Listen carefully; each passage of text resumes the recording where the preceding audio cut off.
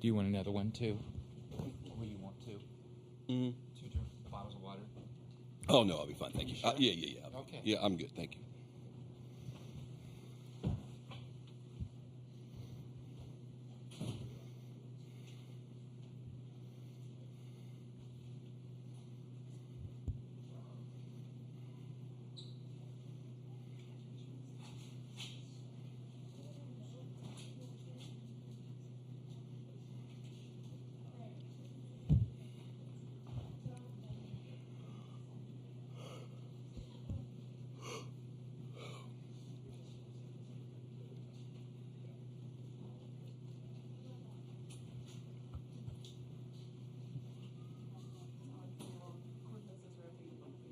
Okay.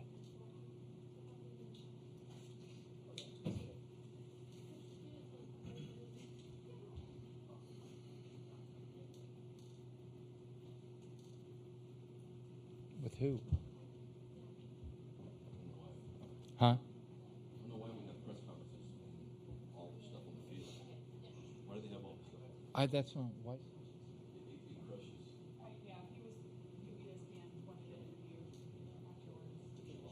It's like one or the other. Either have a press conference.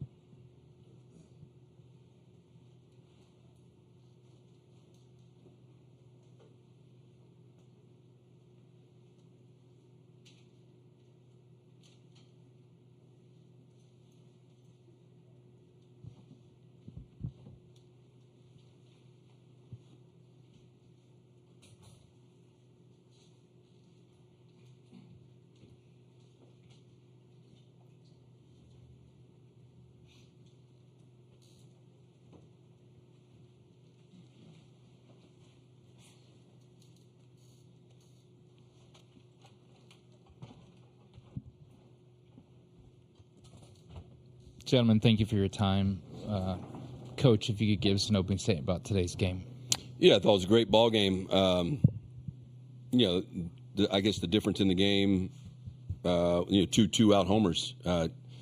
They got the big swings at the right time. Thought we battled back. Combs obviously settled down the game really well for them. I thought Chris battled. I was proud of Caden Wilson. He just 2 pitches got him. Dreiling was on the fastball, and he hung a breaking ball to the catcher. Right, so close ball game. Just exactly what you'd expect with these two teams. Is to think you're going to roll right through it in 2 games that would have been nice, but it's obviously we get to play. We don't have to play. We get to play the last college baseball game of the season, and that's awesome. Thank you, Coach. We'll do a couple questions for the student athletes. Right hand with Kendall. Kendall Rogers, D1 Baseball. Jace, just looking at Aaron Combs, like, what was he able to do to you guys? He just kind of keep you from getting into groove, especially with guys on base? Yeah, I just felt like he was executing pitches whenever he needed to. I felt like he obviously they have a really good pitching staff, and I mean, you give a lot of credit to them, but I just feel like if we make a few better swings and a few balls land, it's a different game, but that's baseball and it happens, so credit to them. Questions right here. Travis Brown at the Eagle. Jace, first, how good did it feel to get that first home run in a while and kind of get off the snide there? And Chris, what did you see from Zane in his first start? In the moment that felt great. Would have felt a lot better if we had won that, but it's baseball, as I say again. I mean, it's baseball. There's ebb and flows. You try not to ride the highs and lows, and I feel like I've been riding that low a little bit too much. Coach pulled me over and talked about my body language, and he just told me I'm one of the best players in the nation. I need to act like it, and I kind of feel like that's one of the things that changed today. I'm super proud of Zane. It's not the easiest thing to go out there with, the championship game. He's an older guy. I've always had a hard time starting, and, he went out there and did his thing. Right up front here.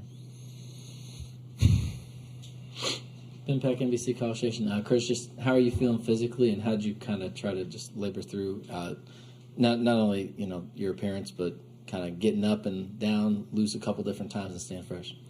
I feel good. I just got a little dehydrated at the end. I just wanted to compete. I didn't really care about my feelings. I would have kept throwing, but coach is looking out for me, and I just wanted to compete. It didn't matter how I felt. Okay, we'll go right here. Jacob Richmond, Lone Star Live. Jace, is the first time that the team has faced elimination in the postseason. Can you talk about what gives you confidence that this team will be able to bounce back, and how you guys go about doing that?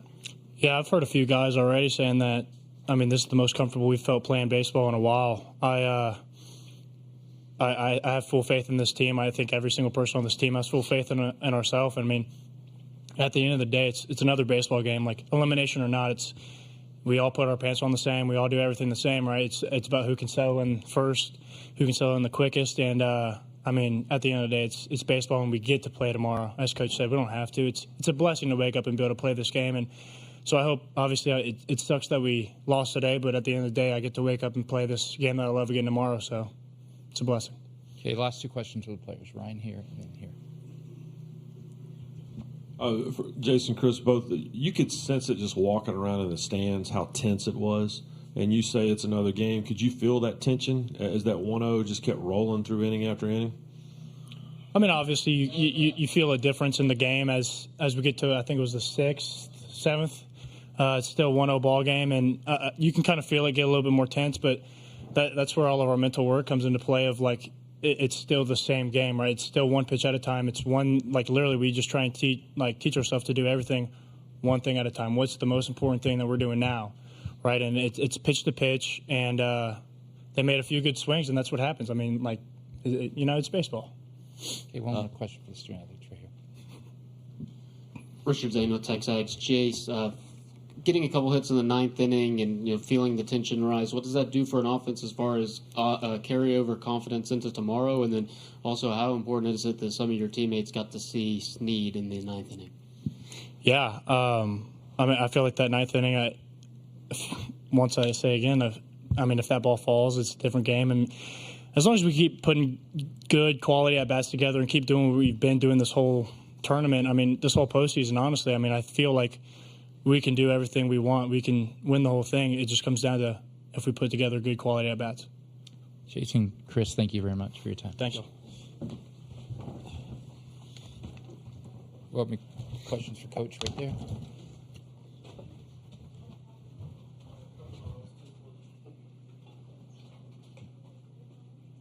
Thanks, gentlemen.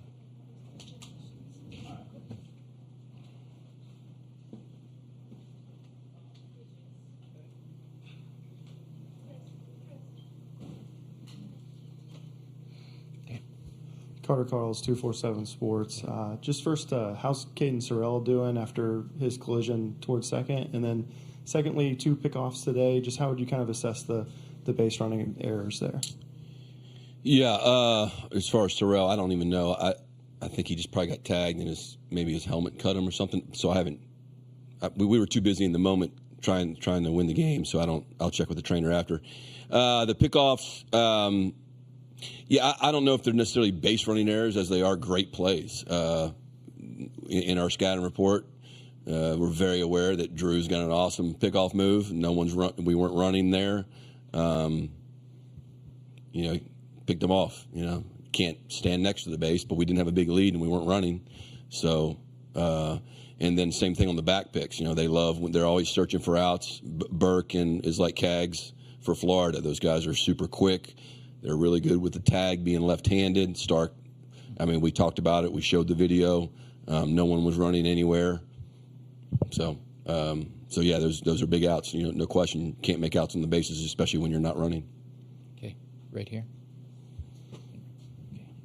Ben Beck, NBC College Station. Coach, what'd you see from Zane today, and how'd you when you brought Chris into the game? I know he was getting loose in the first inning, that second inning. Was that part of just we don't want to have him getting loose for 2-3 innings? Yeah, we were just trying to squeeze a few outs out of Zane. Take as Chris admitted, he has some anxiety with starting the game. He's awesome, he feels better once he can just get ready quick and jump in the game. So felt like Zane was the best choice just to get us to maybe the first 3 outs, and then he did, and we were going to go one batter at a time after that, and I think he gave up a leadoff single to Amick,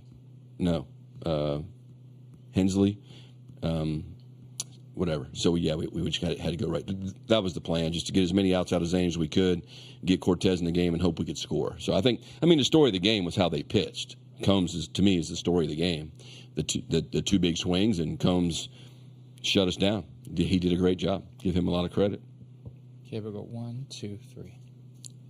Yeah, Jim, I'm not sure comfort is a word for either you or Tony going into tomorrow, but not having to use Evan today, is there some comfort in that knowing that's in your back pocket? Yeah, sure. I think we took a risk. Obviously, Evan was on my mind there when Dreiling hit the homer. Just thought it was a lot to ask for him to get 7 outs after last night. I thought we didn't bring him in. I thought Caden was throwing really well. I thought that Amick had the best at bat against Oschenbeck last night. He hooked the line, sang in the left field, and then Dreiling hit one in the corner right last night before Inslee popped out. So I felt really good about Wilson in that moment,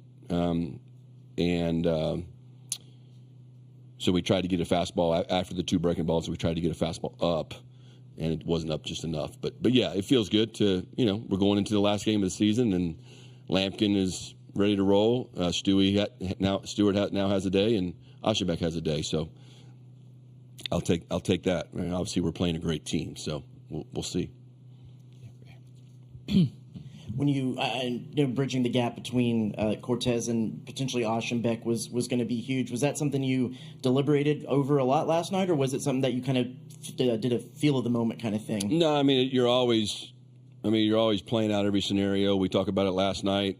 Just feel like what the matchups are. We really like Caden Wilson. We think he's a super talented guy, and I thought he threw well, except 2 pitches. He made 2 mistakes against a great team, and they got him. So.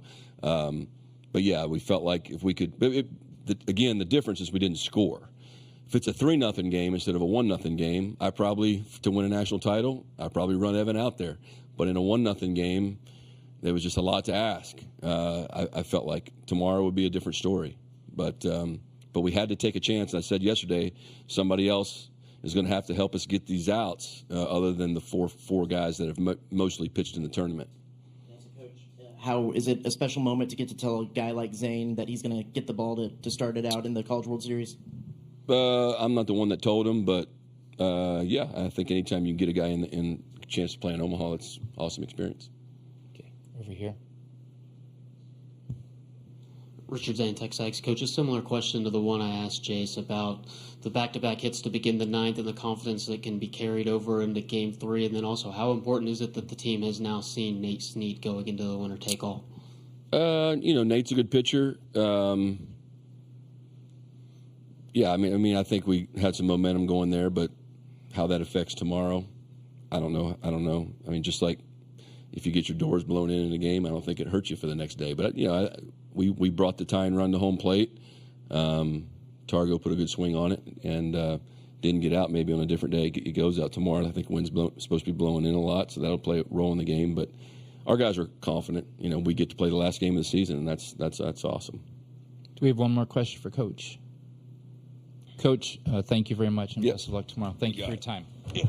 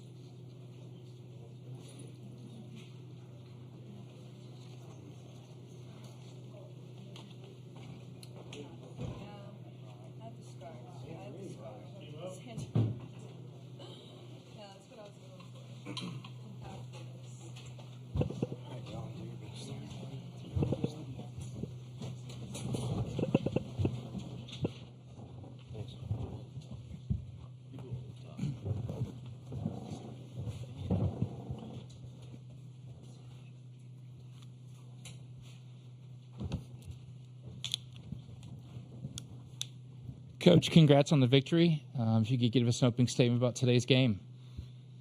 Yeah, it was an SEC war or just a postseason war.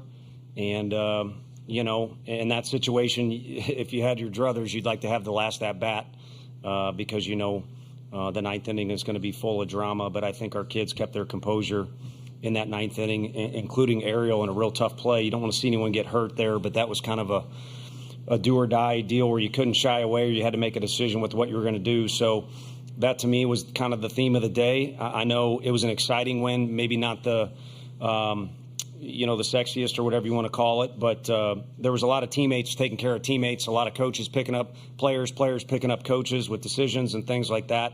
And obviously it's easy because the score is what it is, but I just felt like we were more true to who we were today in pregame, in the dugout, during the game. And again, it's easy to say that because we end up doing okay on the scoreboard, but I'd rather go into battle with that group the way they showed up today and hope they do the same tomorrow. Thank you. We'll open a few questions for the players. We'll start down here, and then we'll go here and there. Kendall Rogers, D1 Baseball. Cal, I guess just looking at the job that Aaron did against that lineup, he kept them from getting in any kind of groove at all. What did you kind of see from him stuff-wise? He was very competitive. We mixed pitches well, and he threw a lot of strikes, used his defense really well, and really just kept us in that ball game. Kept the momentum on our side for the most part, and he's done that all year. So it was really good to see.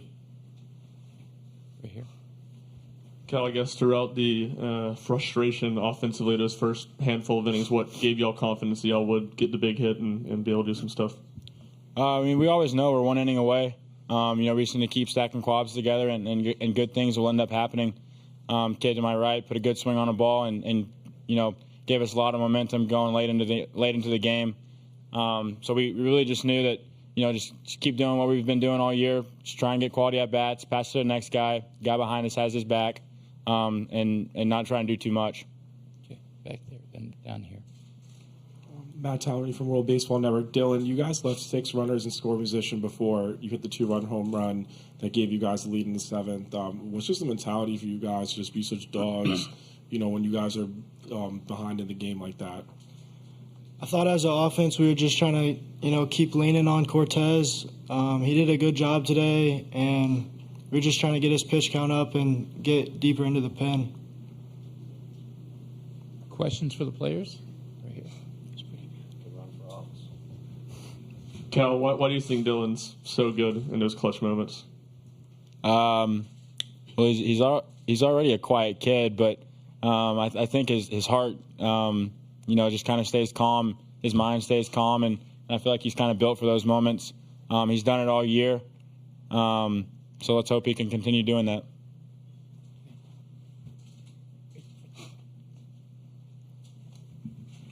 Aaron, what was able to make you so effective today? It looked like they were having trouble with that spin a little bit. Yeah, I would say that I had some struggles throughout the game just with command a little bit, so I had to adapt with my mechanics. I had to, I was missing some fastballs up, so I had to, fix my mechanics and make sure I could get the ball down. The curveball was definitely there. Same thing with the curveball. I had some times where it was more horizontal than vertical and opposite, so just dealing with what I had in that particular at-bat or inning or whatever.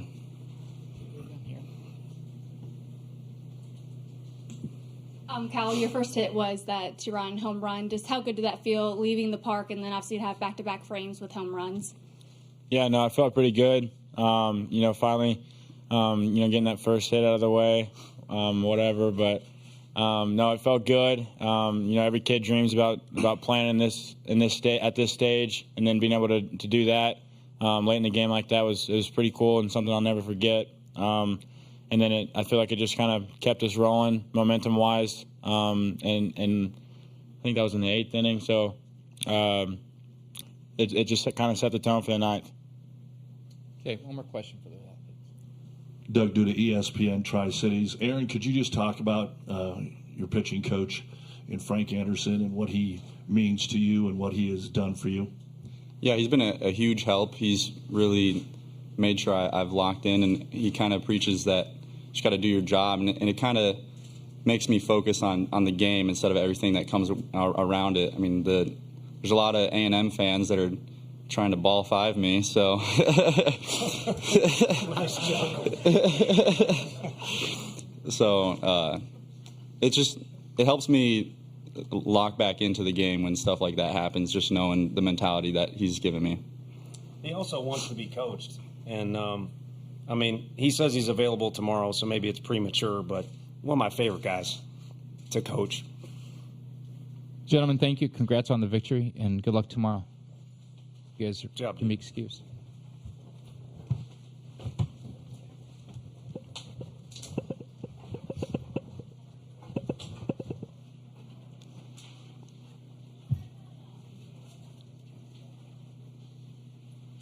You go 1, 2, 3, real quick, and 4. Go ahead. Tony, I wonder if you could, Tony, right here to your right, if you could elaborate on that with Aaron and also the performance by Drew today in his last game.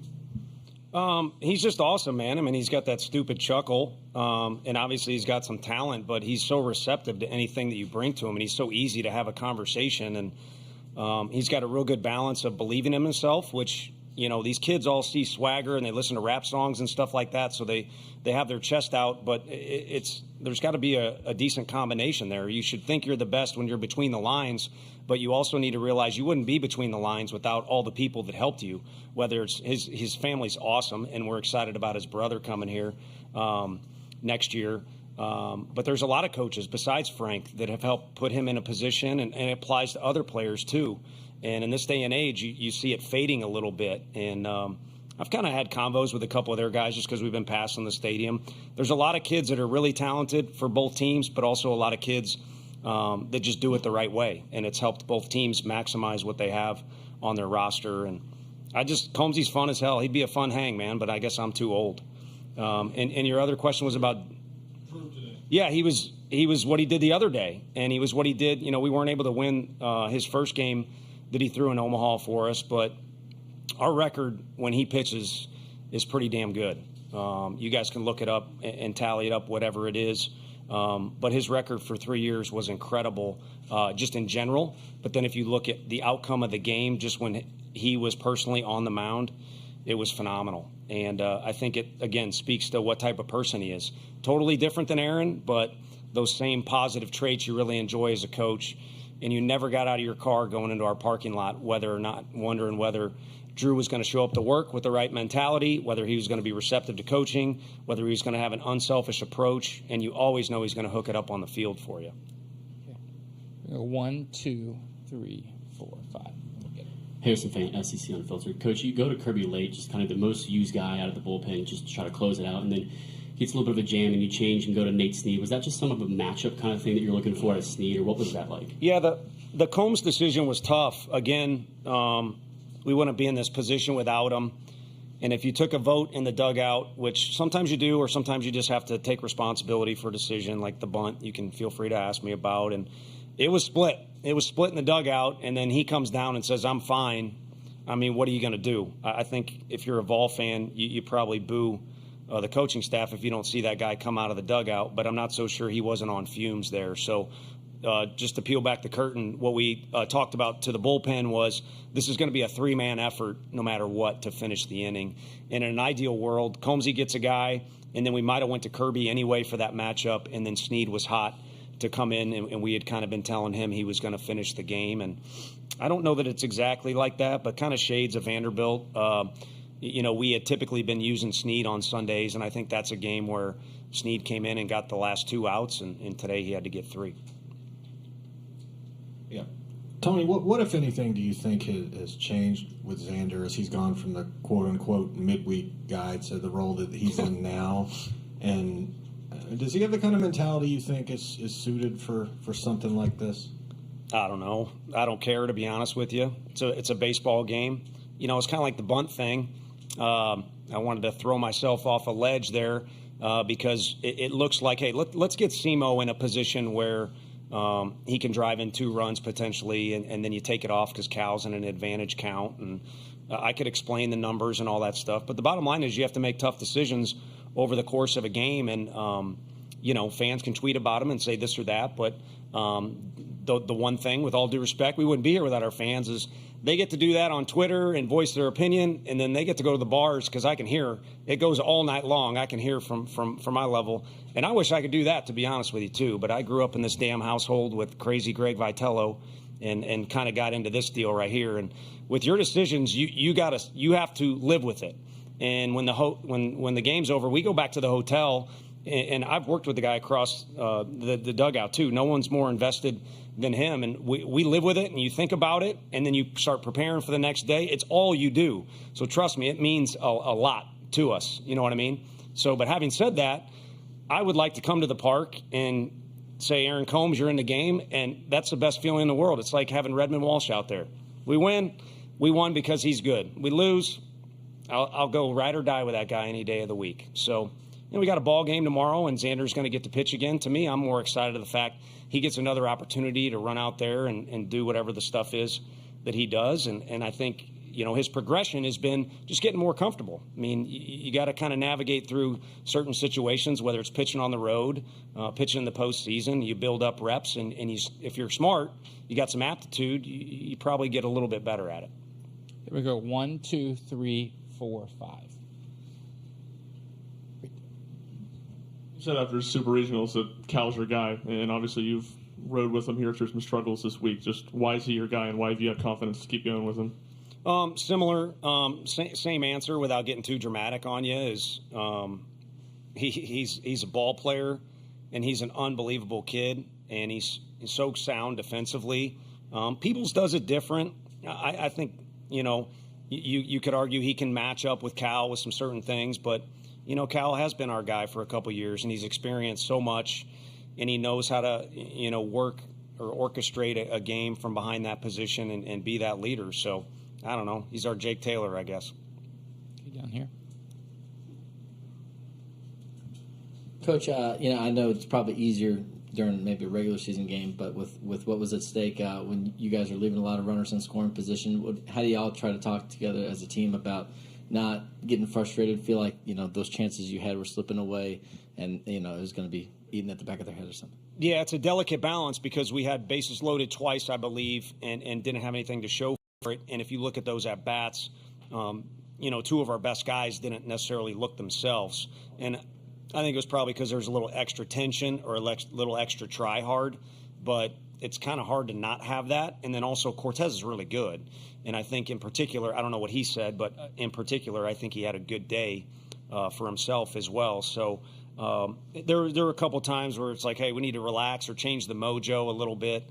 But it was kind of the flow of the game. There's usually a flow to a game, even in the postseason where it's chaos. And it was challenging for us. And I think the biggest thing is, just to relax and play ball. That's served us well. And I think that the tension stuff that maybe appeared a time or two since we've been here, it clearly doesn't work.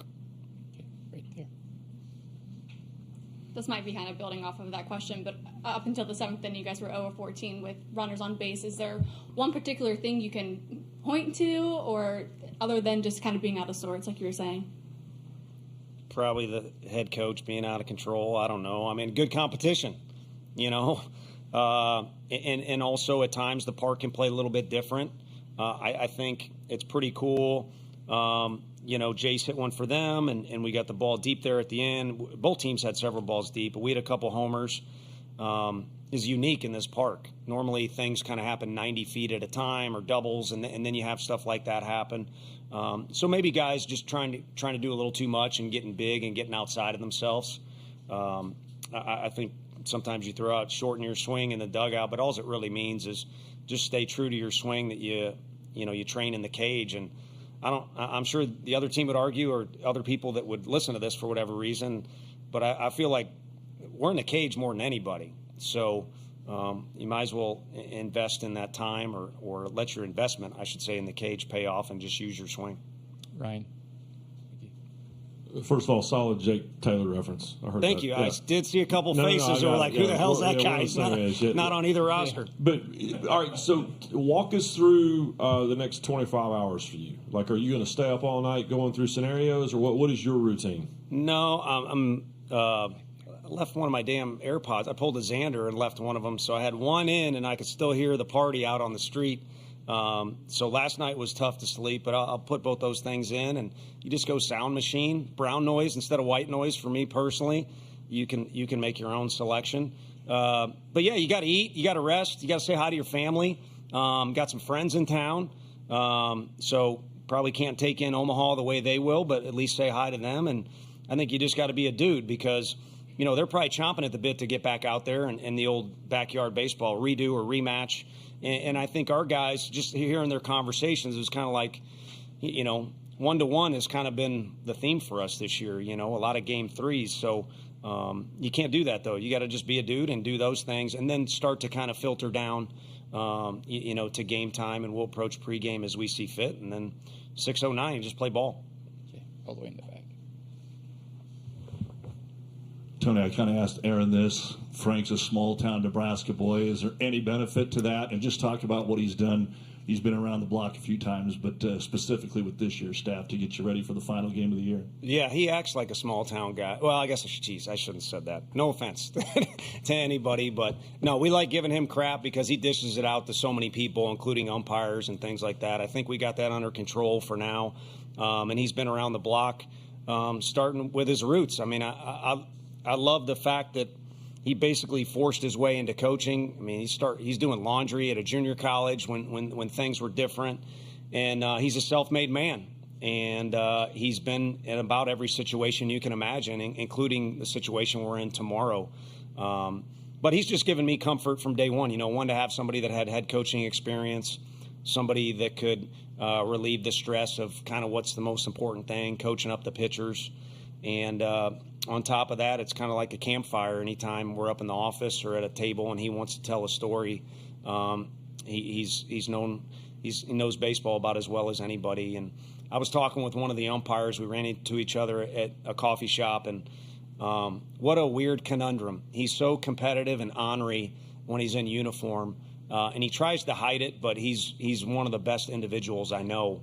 If someone's sick, he's the first one to do, heck, just get soup for somebody, which these kids all DoorDash crap now. I don't know if he knows that or not, but he's one of the more caring and kind-hearted guys there is, which is insane if you haven't been next to him, because when he was at other schools and we were competing against him, I would have thought the opposite. Let's put it that way. So a benefit just to having him on our staff, and certainly a benefit that he's got the experience that he does. Okay, last question. Tony, what went on with Christian Moore there on that slider, that play at second base, and is there an update on him for tomorrow? Yeah, I mean, he was doing media and stuff afterwards, so I didn't have a personal conversation with him, but we had a couple sliding into second, just, back of his leg was something that came up during Evansville, and, he made an outstanding play out there, so it's not like he can't move around, but we just felt like with the potential situations coming up, it made more sense for Ariel. And I say we, I mean, eventually you put Ariel out there, but, yesterday did what I thought was the best thing. But at this point, it's kind of up to Hunter, being out there, or Simo being out there, who's going to play center, who's going to play right. They've made me look smart, and they've gotten us as far as they have. And the other thing they've done is made me a happy fella. I already, got emotional. Try not to wuss out here on you, but if we won a belt at all or any kind of trophy, today it was the same as A&M. We got to be around each other more than any team in the country. And we had a dry erase board meeting, and the guys wanted to lead the country in velo and RBIs and all kinds of crazy stuff. And it was kind of a trick question. What the coaching staff wanted to lead the country in is, unselfish type thing, having fun, and getting to be around each other as much as possible. So I know Hot Sauce was here. He can respect the belt analogy. So we at least brought one belt home today. Coach, congrats. Best of luck tomorrow, and thank you for your time. Thank you. Appreciate it.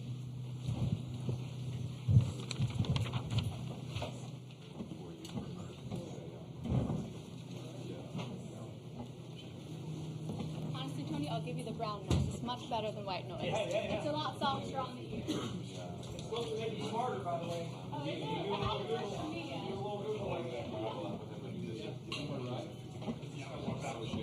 Yeah.